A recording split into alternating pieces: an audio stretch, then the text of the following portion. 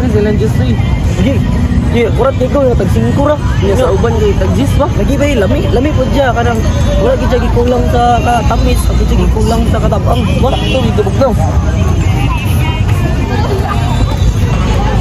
Sila willing silang bayad og 10 pesos sa buko juice. Since tag 5 ra man nakatipid lag 5. So 10 minus 5 equals 5. Unang ginatawag nila na consumer surplus.